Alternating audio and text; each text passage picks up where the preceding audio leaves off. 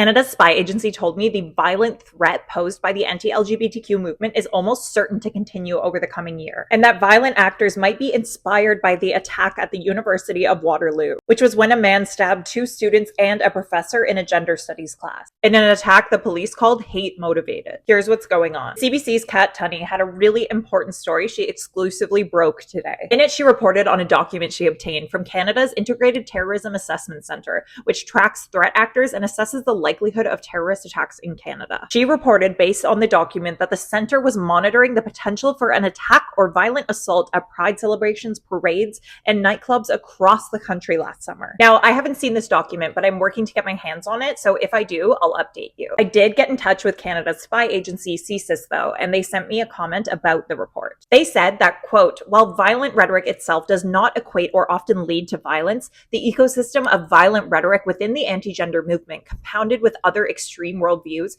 can lead to serious violence. CSIS assesses that exposure to groups and individuals espousing anti-gender extremist rhetoric could inspire and encourage serious violence against the 2S LGBTQI+ community or against those who are viewed as supporters of pro-gender ideology, policies, and events. In other words, they're warning that by continually spewing extreme anti-trans rhetoric, people could inspire something really, really bad. I also spoke with the extremism expert Amarnath Amarasinghe. He told me CSIS is absolutely right to express concern about this rhetoric. Interwoven in all this rhetoric is groomer conspiracy theories, conspiracies about the LGBTQ agenda, and how this nebulous they want to brainwash our kids, he said. And once kids become the object of a conspiracy theory, there is always some danger of violence because it adds a level of moral urgency to whatever ideas are floating around. He told me the targets of this kind of harassment are going to be quite diverse, from schools, teachers, politicians, journalists, and academics. Anyone thought to be pushing this agenda or supporting this agenda has seen an uptick in harassment and threats. He told me that he doesn't think it's an exaggeration to say that this is